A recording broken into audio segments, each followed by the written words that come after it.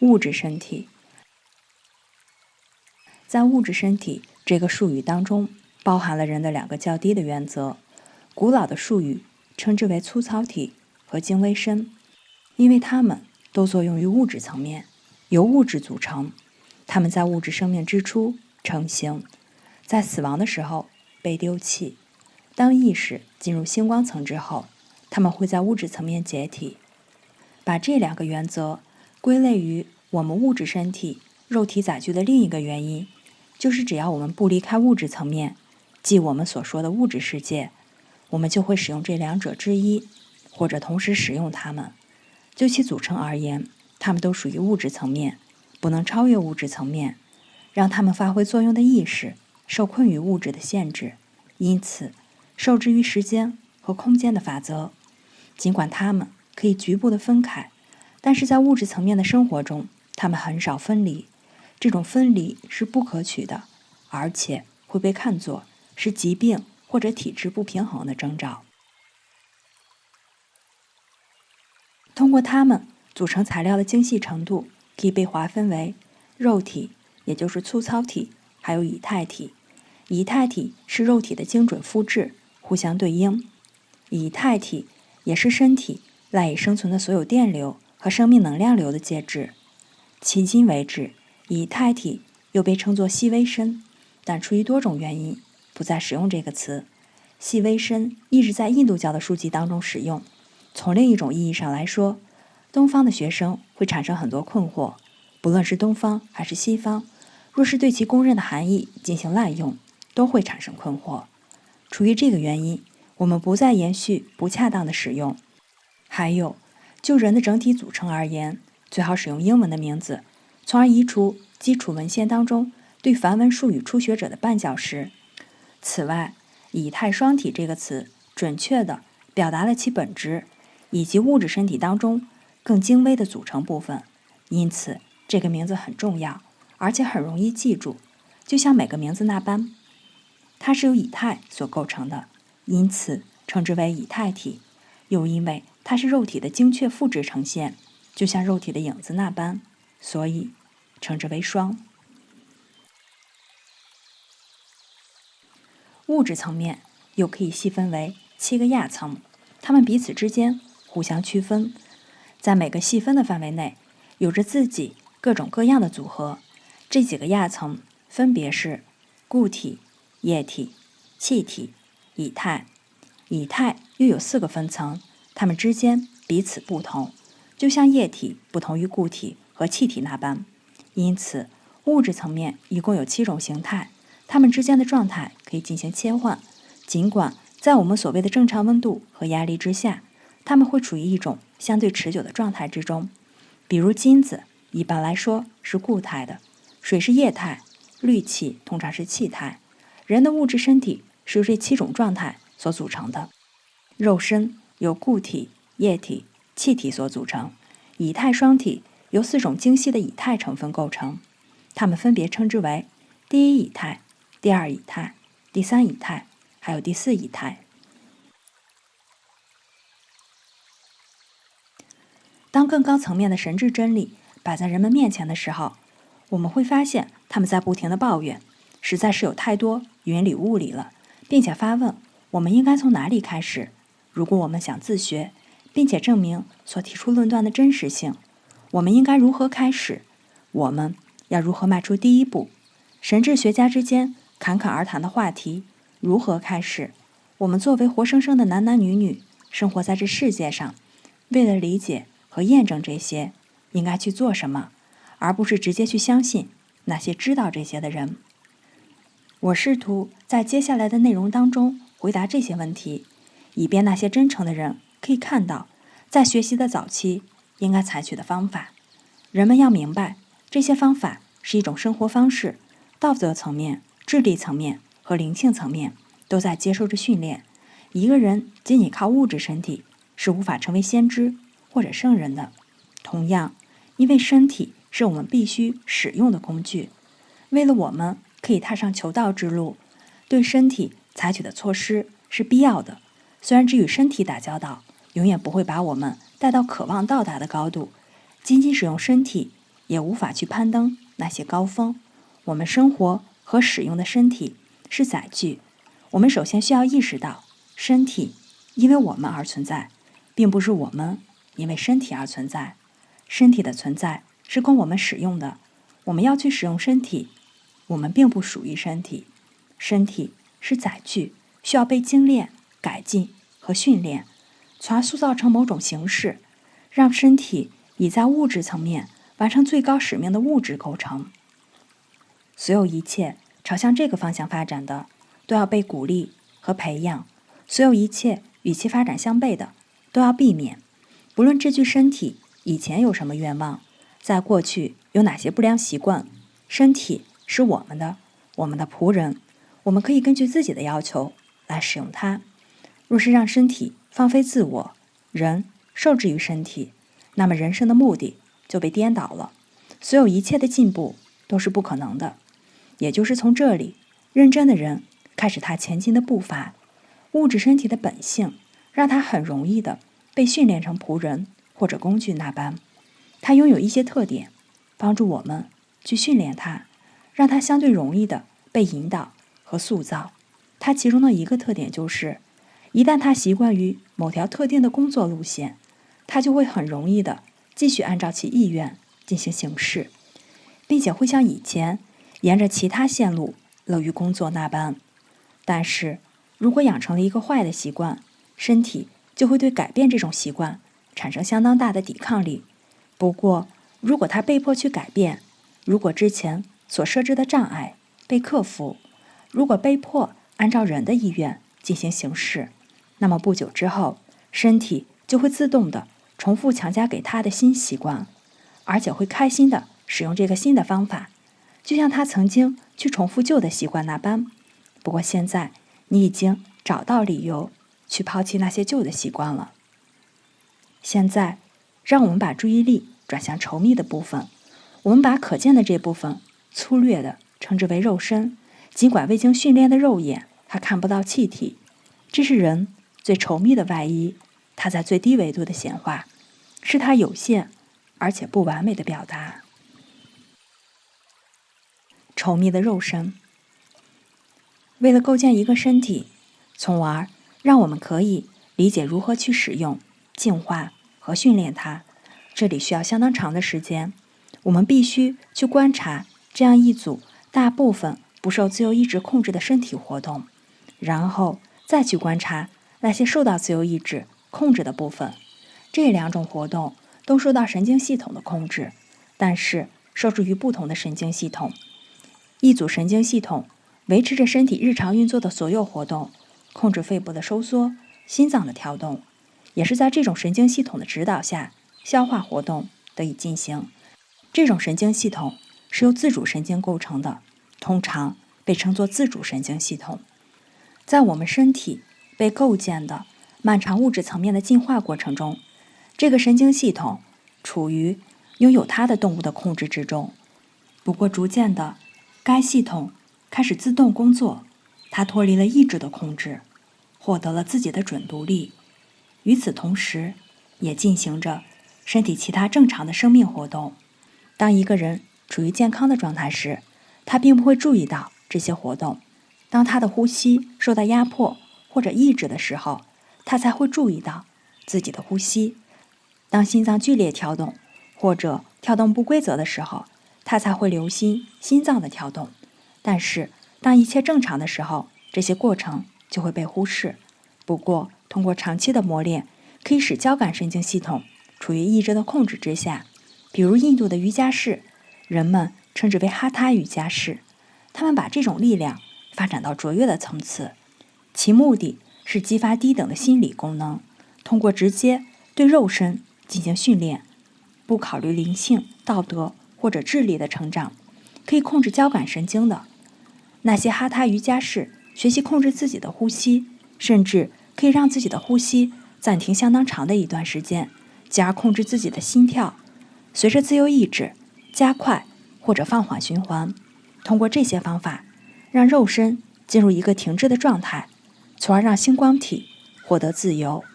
这个方法不是一个可以效仿的方法，但是对于一个西方人来说，西方人倾向于受制于身体的天性，让他们知道人是可以完全控制身体的自发性活动的，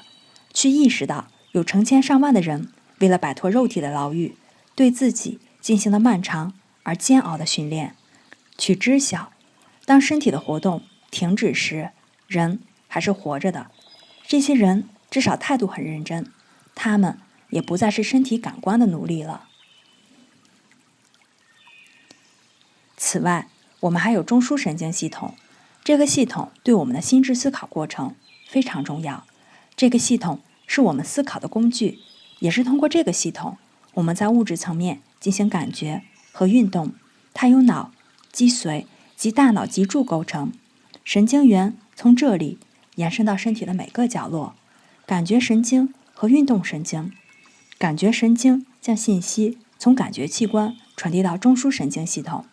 运动神经将信息从中枢神经系统传递到肌肉。神经布满了身体的每个部位，与其他神经组合在一起，成为神经束，然后继续连接进入脊髓，形成像纤维状的物质，然后向上传播，在大脑中延伸并分散开来。大脑是感觉的中心，所有有目的性的活动可以用意志控制。通过这个系统，人们表达他的意志和他的意识。可以说，意志和意识的门户在大脑当中。如果不通过大脑和神经系统，这个人在物质层面无法完成任何的事情。如果大脑和神经系统混乱，他就不能有条不紊地表达自我。这就是唯物主义者所依据的事实，即思想和大脑的活动是同时变化的，只能处理物质的层面。正如唯物主义者做事情那般，因为思想和大脑活动的确同时发生了变化。不过有必要引入另一个层面的力量，也就是星光层，为了去证明思想不是神经活动的结果。比如，如果大脑受到药物、疾病的影响，或者受到伤害，这个人的思想就无法在物质层面上得到其对应的表达。当然，唯物主义者还会指出，如果你患了某些疾病，思想就会受到影响。比如，有一种罕见的疾病——失语症，它会破坏大脑靠近耳朵的部分，会让词语相关的记忆全部丧失。如果你去询问患有此病的人一个问题，他无法回答你；如果你问他的名字，他也不会回应。然而，若是你提到他的名字，他会表现出认识这个名字的征兆。如果你读一句话给他听，他也会表示出同意或者不同意的征兆。他可以去思考，但是无法说话。表面上看上去，储存这些物质层面单词记忆的那部分大脑已经萎缩了，因为这部分功能丧失。这个人应该也不会对物质层面的这些单词做出回应。然而事实却是，他仍然拥有思考的能力，他可以做出同意或者不同意的决定。因此，唯物主义的论点就失效了。当然，当这个人从他不完美的载具当中解脱出来的时候，他就可以展示自己的能力。尽管当他要在物质层面进行表达时，他就再次受到了限制。对我们的研究而言，这个现象的重要性不在于唯物主义的立场是否可以站得住脚，而在于这样的事实：人在物质层面的表达受制于他使用的物质载具，这个载具也会受到物质媒介的影响。如果载具可以被破坏，那么也可以被修复。这一思考对我们来说至关重要。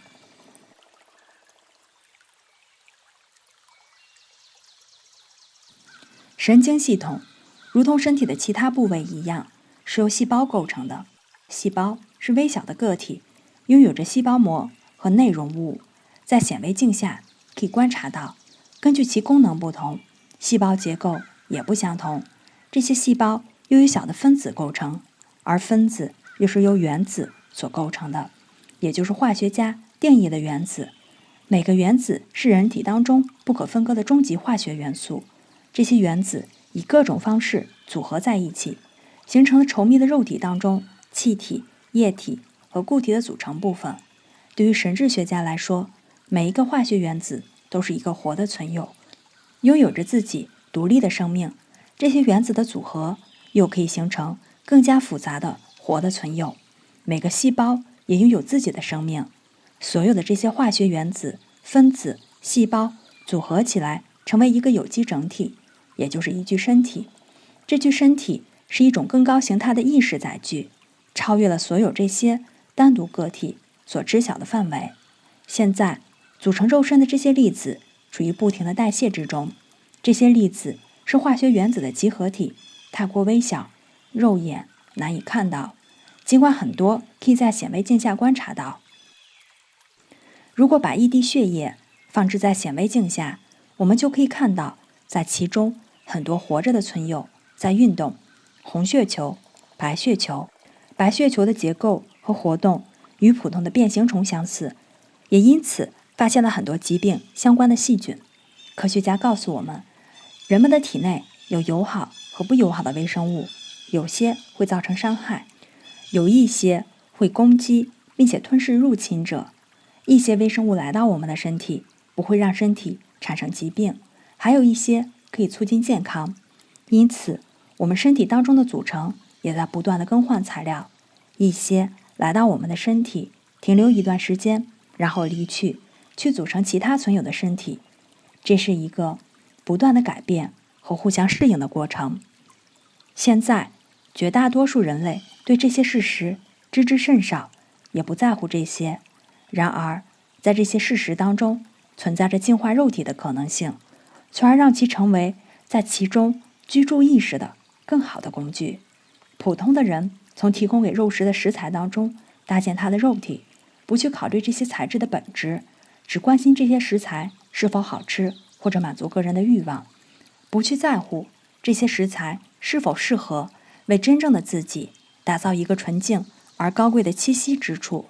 在这里，真正的自我会居住得更长久。普通人也不会去监督这些来来去去的粒子，不会进行选择，也没有拒绝，而是让这一切根据他所食用的物质进行搭建。就像一个粗心大意的泥瓦匠，随手抓起任何垃圾，就作为他房屋的搭建材料。漂浮的羊毛和毛发、泥土、碎片、沙子、钉子、内脏等任何种类的污浊之物，普通的人也是使用这种方式来构建他的身体。肉身的净化包括仔细的挑选允许共生身体粒子的过程。人们要去选择它可以获取的最纯洁的食材，拒绝不干净和粗糙的材质。他知道，经过自然代谢，若是他决心不再使用不纯洁的食材，在他粗心大意生活的日子里，建造的粗糙颗粒会逐渐的消失，至少在7年之中会消失。尽管这个过程会大大的加快，当他增加身体当中纯净成分时，他会在身体当中打造一支防御者军队。这支军队会摧毁那些从外部进入的，或者是未经过他许可的污浊颗粒。这支军队也会以积极的意志进一步守护身体，让肉身保持纯净。同时，洁净的肉身也会通过磁场效应，不断的驱赶那些想要进入他身体的不洁存有。当生活在充满各种不洁存有的环境之中时，可以保护身体免受入侵。当一个人下定决心净化身体，并让身体成为真正自我使用的工具时，他就迈出了修行的第一步。这是他在这一世或者其他转世当中必须迈出的一步。迈出这步之后，他才可以去真正的面对这个问题：我怎样才能验证神智学的真理？所有对超物质事实的验证，都取决于肉身完全服从于其主人的意志。他必须去做这个验证，而当他还处于肉体的禁锢之中，或者说肉体尚未洁净时，个人验证便无法完成。即便这个人从自律的生活当中培养了自己的心理能力，尽管这种能力可以在不适的环境下表达出来，然而如果身体不洁净，这个人在身体当中使用这些能力就会受到限制。在使用这些能力的时候，身体会让其功能变得迟钝或者扭曲，从而产生不可信任的结果。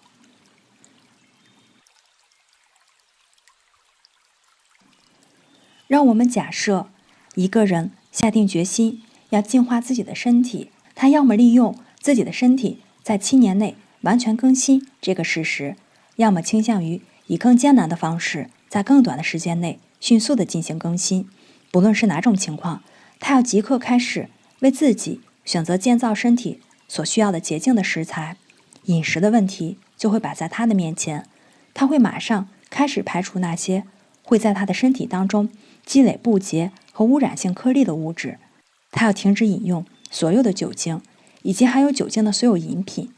因为酒精会给他的肉身带来最不纯净的微生物种。那些降解后的产物会进入他的身体，这些微生物和物质不仅仅具有攻击性，它们也会吸引同类，因此会吸引它们所构成的其他身体，比如居住在另一个层面的肉眼不可见的令人反感的存有。那些失去了肉身的醉汉已经不能满足自己对醉酒的欲望，因此会在喝酒的地方和喝酒的人附近徘徊，并试图把自己推入醉酒的人的肉身当中，从而分享他们屈从的这种低级的快乐。净化自己身体的女人们，若是她们可以看到试图分享她们这种低级快乐的最令人生厌的存有，这些存有会试图通过酒精与他们建立联系，他们就不会去碰葡萄酒了。邪恶的元素灵也会聚集在醉汉产生的思想体周围，醉汉的肉身也不断地从环境当中吸引那些其他的醉汉或者挥霍身体的人散发出的粗糙颗粒。这些粗糙的颗粒会进入醉汉的肉体当中，让其材质进一步变得粗糙，并渐渐地瓦解。如果我们去观察那些经常酗酒的人，那些制造、销售烈酒、葡萄酒、啤酒和其他不洁的酒的人，我们可以看到他们的肉身是如何变得粗糙的。酿酒师、税吏、社会上各个阶层过度饮酒的人，这些向每个人展示着他们缓慢的并逐渐的向自己的身体加入了这些物质。他们喝得越多，身体就会变得越粗糙。那些拥有其他饮食习惯的人也是如此。哺乳动物、鸟类、爬行动物和鱼类，以及以腐肉为食的甲壳生物和软体动物的肉，用这些材质所打造的身体怎么会变得精致、敏感，保持微妙平衡的同时又完全健康呢？这样的身体又怎么会具备进行更高层面的工作所需要的精细度、强度和韧度呢？是否需要再补充一些通过观察在这样的环境中打造出来的身体，进而学习到实践中的教诲？去观察那些屠夫，判断他们的身体是否适合成为从事崇高思想和崇高灵性主题的载具。这些身体只是按照食用的不纯之物的比例在身体中运作打造出来的成品。诚然，人们对肉体关注的再多，也不会给它带来灵性的生命。但是，人们为什么要用不洁的身体束缚自己呢？为什么人们会允许自己发挥的权利，不论其大小如何，受到限制呢？为什么要在这具不完美的载具当中进行表达时，允许阻碍的存在呢？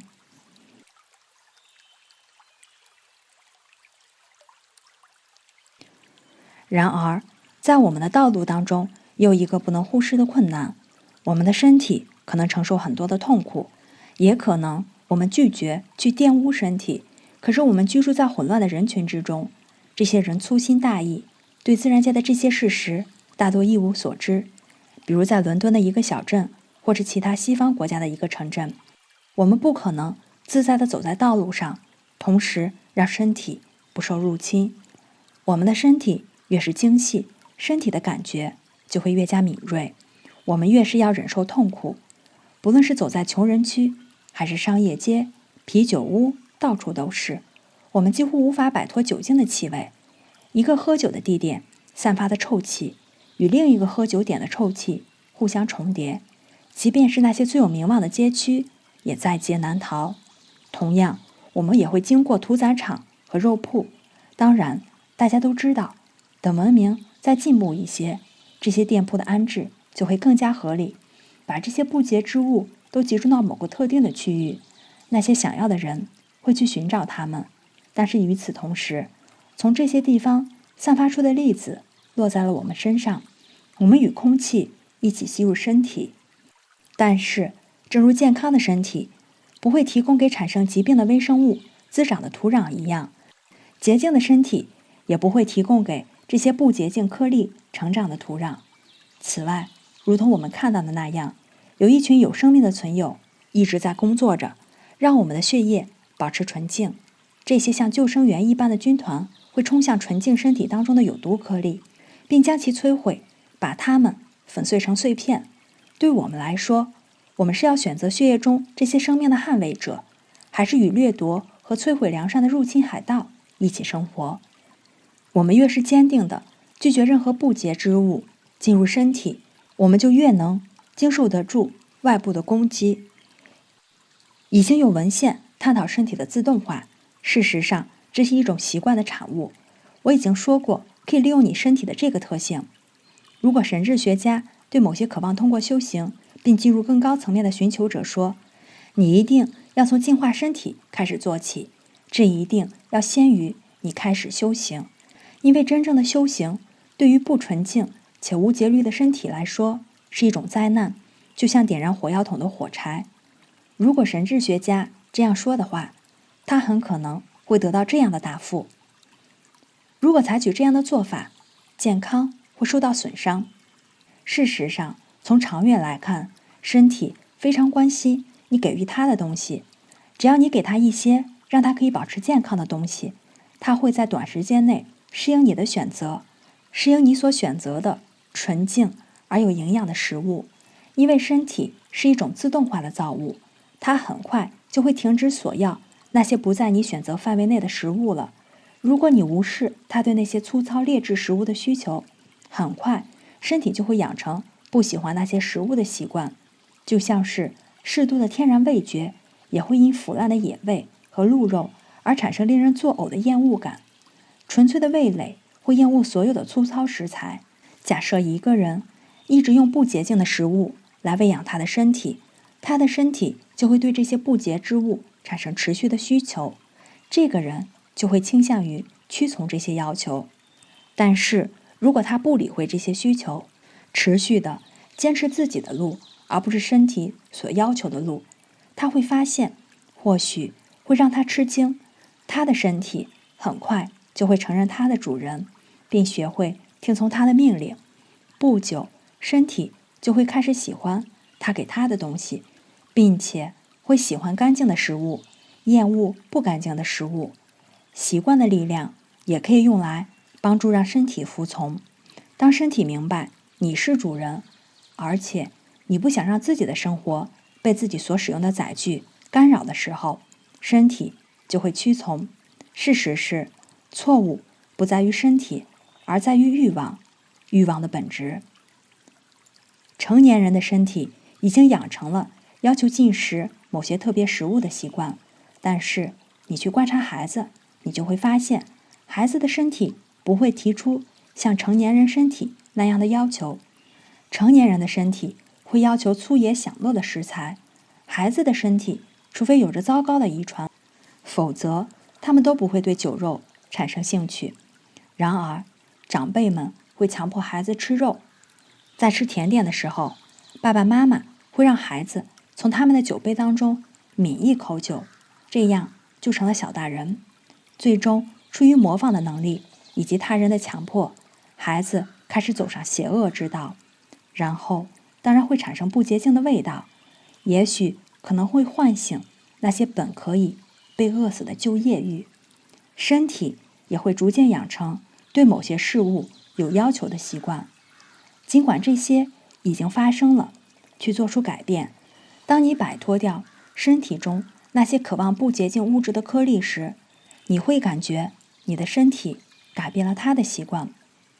而且会厌恶它曾经喜欢的东西的气味。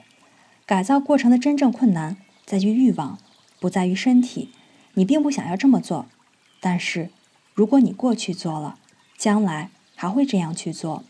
你对自己说，毕竟或许这也没有那么重要，我没有发达的心理力量，我没有那么优秀来做出改变。如果你不努力达到你力所能及的最高境界，你永远不会进步。要是你允许欲望本性干扰到自己进步的话，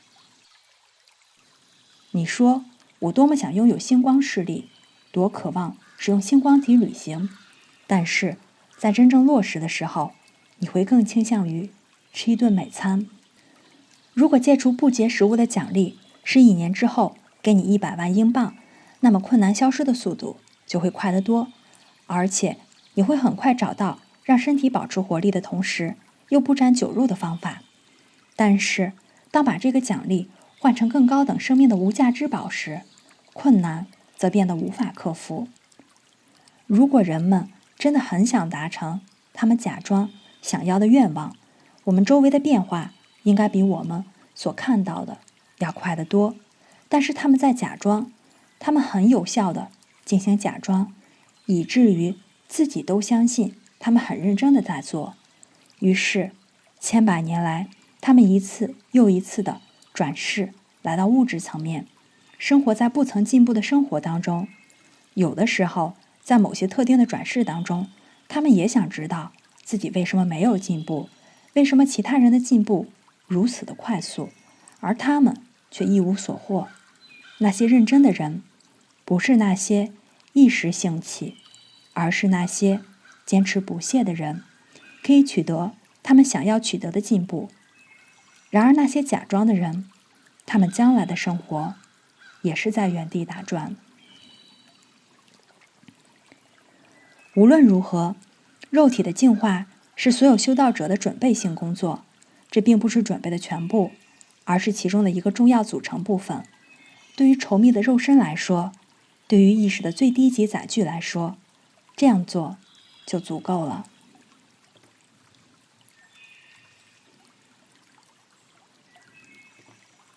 以太体。现代物理学家认为，当身体产生变化的时候，不论是肌肉、细胞还是神经，都伴随着电作用。身体内不断进行的化学变化也是如此。科学家使用最精密的电流计仔细观察后，积累了充分的证据。每次发生电作用的时候，一定会伴随着以太，因此电流的存在足以证明了以太的存在。以太贯穿一切，包围了一切。一个物质层面的粒子可能没有与另一个物质粒子接触，但是这2个粒子一定都处于以太场中。西方的科学家宣传以太的存在是作为一个必要的假设，而对于受过训练的东方科学家来说，以太的存在是可以验证的事实。实际上，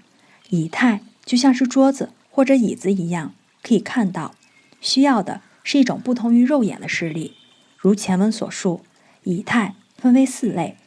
最精细的是由终极的物质原子所组成的，而不是所谓的化学原子。化学原子实际上是一个复合体，因为它们在分解的时候可以产生星光物质。以太双体是由4种以太组成的，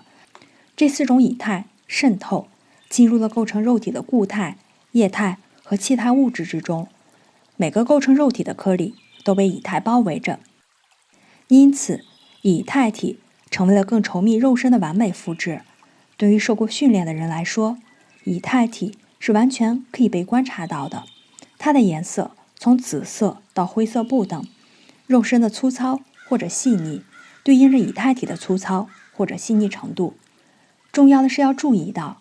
肉身和以太体精细程度的变化是同时进行的，这样寻求者就可以根据自己的需要，有意识地净化自己的肉身。以太体的转变随之会开始发生，不需要经过他的意识，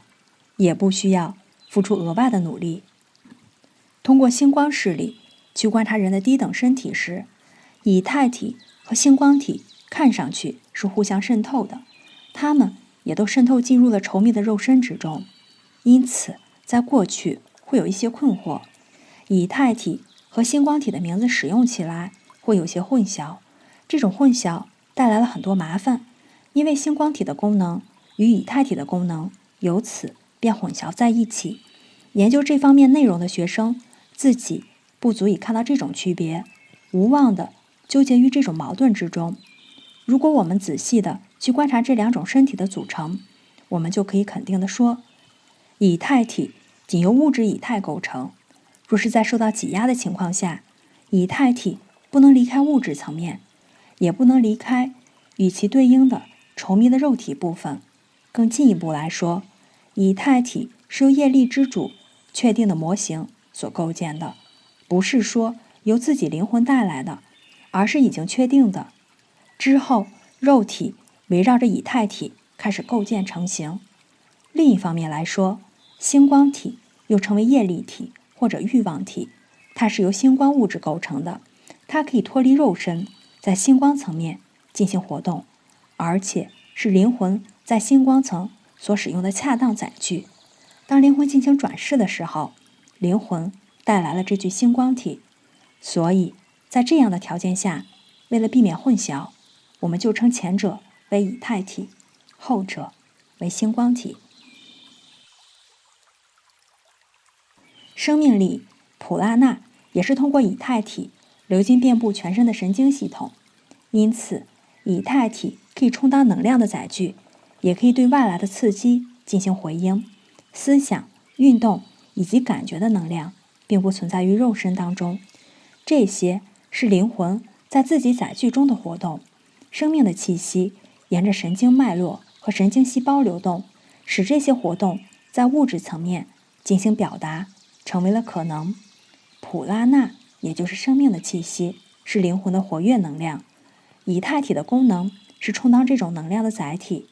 因此在我们的研究之中，我们也称以太体为普拉纳的载体。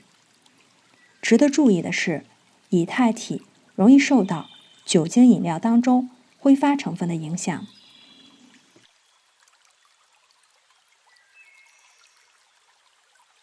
与肉体相关的现象，当一个人入睡的时候，灵魂就从物质身体当中游离出来，让物质身体陷入沉睡，为第二天的工作养精蓄锐。稠密的肉身和以太体就这样被留下，根据它们的组成和习惯，不同的能量被吸引过来。灵魂在日常生活中创建的各式各样的思想形态，这些形态把灵魂包围了起来。灵魂创造的思想又与星光层的思想流产生共振，在物质身体睡着之时，这些思想流就会穿梭于肉体的大脑和以太大脑之间，它们又与清醒着的灵魂意识所建立的那些自发的重复性的振动混合在一起，从而形成了大多数人所熟悉的支离破碎的和混乱的梦境。这些破碎的梦境图像也具有指导意义，它展示出当物质身体单独存在时是如何运作的。物质身体只能再现过去的振动碎片，没有条理性和连续性，只是随着碎片的增加把它们组合在一起，有的时候可能会非常的不协调。它对于荒诞或者非理性的事物没有感知，沉浸于万花筒般的形态和色彩之中，甚至都没有万花筒中的镜子所赋予的规律性。从这种方式来观察，肉体的大脑和以太体的大脑可以被看作是思想的工具，而不是思想的创造者。因为我们看到了，当仅有它们存在时，这些创作的表达是多么的不稳定。在睡觉的时候，思考者灵魂从肉体和以太体当中游离出来，从这具身体的可见部分和不可见部分游离出来，让它们单独存在。当死亡发生的时候，灵魂是最后一次游离出来。与睡觉不同的是，死亡时灵魂会把以太体一同带出，将以太体与它对应的稠密肉身分离开，这样肉体就无法作为一个有机整体对生命能量流普拉纳进行回应了。灵魂很快地把以太体脱离下来。根据我们的观察，以太体不能穿越星光体，所以以太体会随着它的终身伴侣肉体一起瓦解。有的时候在死亡之后，以太体会即刻出现在离尸体不远的朋友面前，但是在自然状态下，以太体仅仅有很少的意识，除了能够显化出自己之外，不能说话，也不能做其他的事，因为是在物质层面，相对来说会比较容易观察到。神经系统稍微紧张起来，就可以让视线变得敏锐，分辨出以太体的存在。很多教堂的鬼魂也是由于以太体的出现，